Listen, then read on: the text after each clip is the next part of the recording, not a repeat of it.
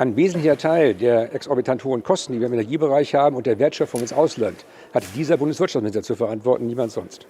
Ich habe ihn gesehen und mich darüber gewundert, dass außer ihm alle anderen schuld sind. China, Russland, die Tatsache, dass wir eine verfassungsmäßige Schuldenbremse haben, also zwischen ihm und dem Erfolg steht die Verfassung und die Autosuggestion. Wir sollen alle an die Zukunft glauben und dann besser einkaufen. Hey Leute, wir müssen leider wieder über Robert Habeck reden. Jetzt wird's nämlich richtig brenzlig für ihn. Erst hat ja die SPD wegen der absurden 1000-Euro-Prämie ihn attackiert und jetzt haut auch noch die FDP drauf, weil die Wirtschaft einfach komplett einbricht. Habeck versucht sich noch irgendwie rauszureden, aber ehrlich gesagt, es sieht echt düster aus. Kubicki von der FDP reißt ihn regelrecht auseinander, vor allem wegen der hohen Energiepreise. Ihr wollt wissen, wie das weitergeht? Dann bleibt dran. Das wird spannend. Auf geht's! Die Kreuze klar für die AfD, ja, das ist wunderbar. Wir schützen unser Land, das ist unser Ziel. Mit blauem Herzen geht's nach Brüssel mit viel Stil. Die Bundesregierung rechnet für 2024 wieder mit einem Minus bei der deutschen Wirtschaftsleistung, nämlich 0,2% im Minus.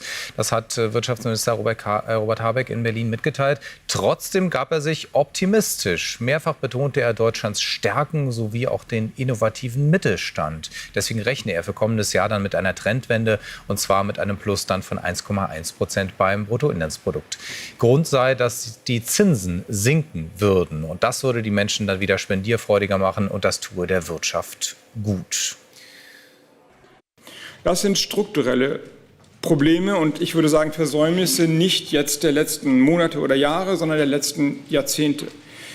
Wir haben systematisch zu wenig in unsere Infrastruktur investiert. Das sehen wir an verspäteten Bahnen und an zusammenfallenden Brücken, an fehlender Digitalisierung der Verwaltung.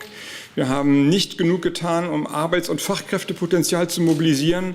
All das ist auf den Weg gebracht worden, aber noch nicht so, dass die Fehler oder die Innovationsschwächen des Landes behoben sind. Wir haben also eine große Aufgabe vor uns, da soll man nicht drüber hinwegreden, und diese Aufgabe wird noch größer, wenn man sich klar macht, dass die Stärke des 1%igen Wachstums im Kern auf zwei Säulen beruhte: dem billigen Energien aus Russland, dem günstigen Gas, das es uns ermöglicht hat, in Deutschland energieintensive Industrien zu halten.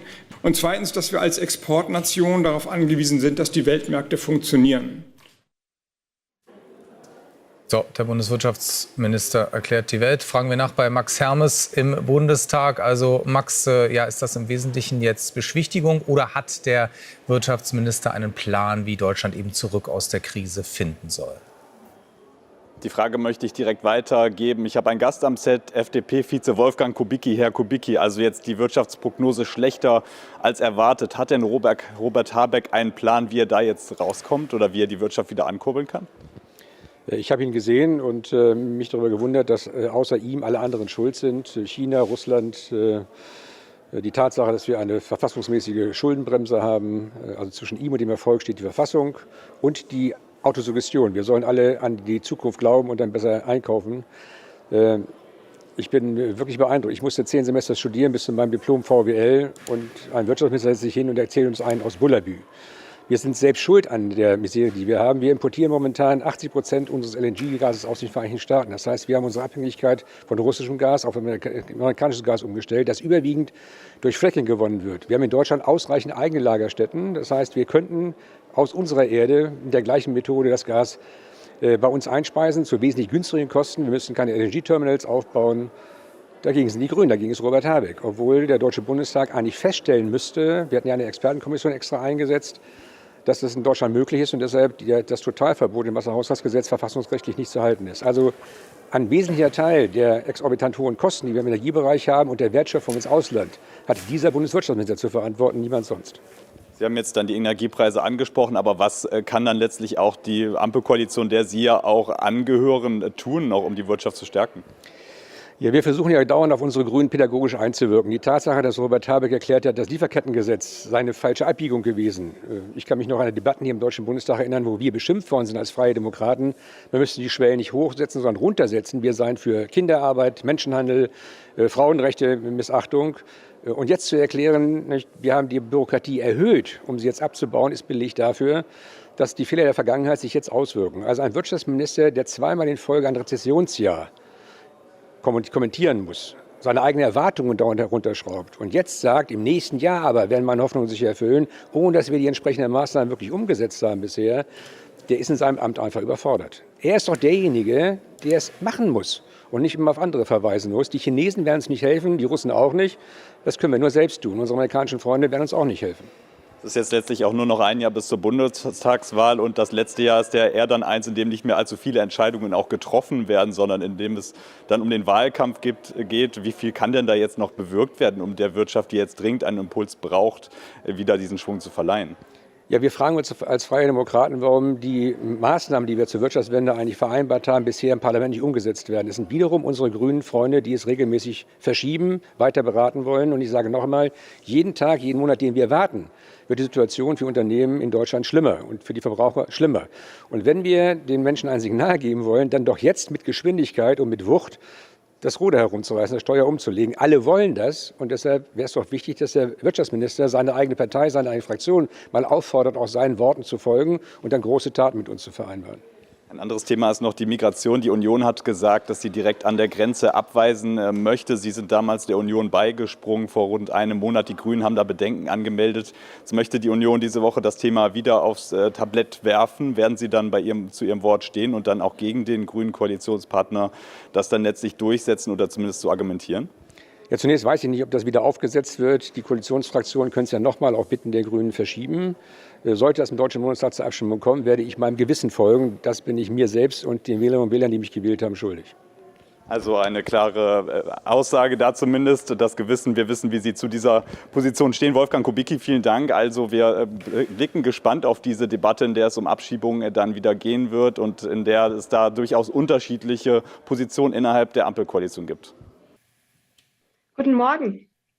Die Zahlen sprechen also eine deutliche Sprache. Deutschland ist weiter in einer Wirtschaftskrise. Wer ist denn dafür jetzt schuld? Habeck und die Ampel oder nur der Wirtschaftsminister?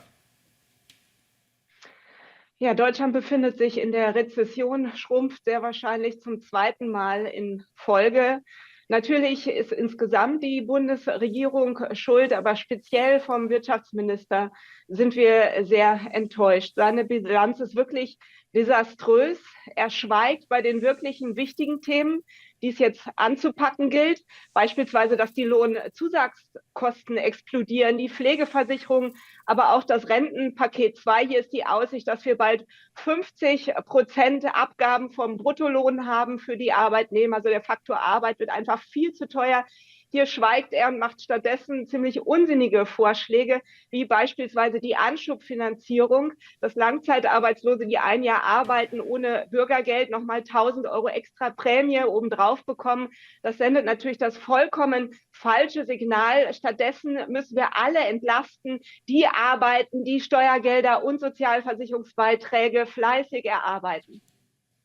Wir haben auf der anderen Seite aber auch internationale Krisen und wir haben vor allen Dingen auch Probleme im Handel mit China. Also was muss denn jetzt tatsächlich noch auch international getan werden, dass Deutschland wieder vorankommt? Weil wenn man sich anschaut, auch trotz dieser Krisen, die die Wirtschaft ja im Moment beherrschen, andere Länder stehen sehr viel besser da. Also ist tatsächlich jetzt der Weg gefragt, dass die Entlastungen kommen müssen, um tatsächlich wieder nach vorne schauen zu können?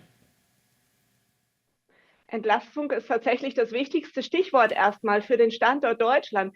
Denn unser Standort ist auch international gesehen einfach nicht mehr wettbewerbsfähig. Die Unternehmenssteuern müssten runter, die sind zu hoch.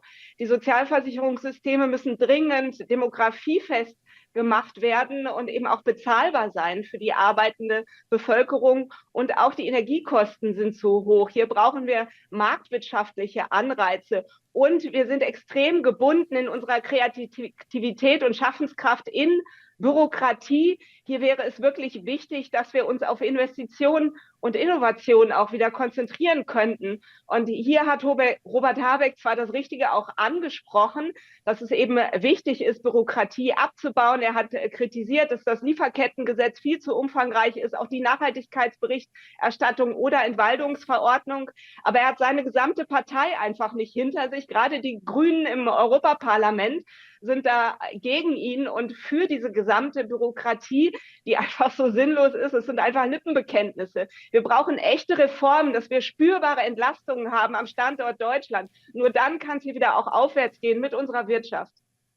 Frau Ostermann, aber welchen entscheidenden Faktor nimmt denn dann zum Beispiel bei diesem Thema auch die Einhaltung der Schuldenbremse ein? Die FDP, sie ist wirtschaftsfreundlich, aber ausgerechnet Finanzminister und FDP-Chef Christian Lindner hält ja fest an der Schuldenbremse. Der will da überhaupt nicht mit sich reden lassen. Ja, das ist auch unglaublich wichtig, denn wenn wir jetzt wieder noch mehr Schulden machen würden, noch mehr Geld zur Verfügung stehen würde, obwohl wir ja Rekordsteuereinnahmen zur Verfügung haben, die größten jemals eingenommenen Steuereinnahmen haben wir ja. Da ist ja zu wenig Druck da, dass wir wirklich strukturelle Reformen durchsetzen, dass wir die Probleme an der Wurzel packen. Wir haben schon jetzt 40 Milliarden Euro Zinskosten in unserem Bundeshaushalt wegen der hohen Schulden. Das ist alles gebunden und kann nicht für Investitionen eingesetzt werden. Die richtigen Prioritäten sind jetzt wichtig. Wir müssen die staatlichen Ausgaben deutlich effizienter gestalten, beispielsweise das Bürgergeld, dass wir hier die Kosten senken, dass wir es zielgenau einsetzen, dass es nur die bekommen, die wirklich Hilfe benötigen und ansonsten die Anreize setzen, dass sich Arbeit viel mehr lohnt, mehr Netto vom Brutto. Wir brauchen wirklich den echten Antrieb der Menschen, dass sich Arbeit lohnt, dass sich investieren lohnt, dass wir wieder an eine gute Zukunft in diesem Land bekommen. Und das erreichen wir nicht durch Kosmetik, durch noch mehr Schulden, die Probleme wieder nur zudecken, sondern durch Strukturreformen, die die Probleme an der Wurzel packen.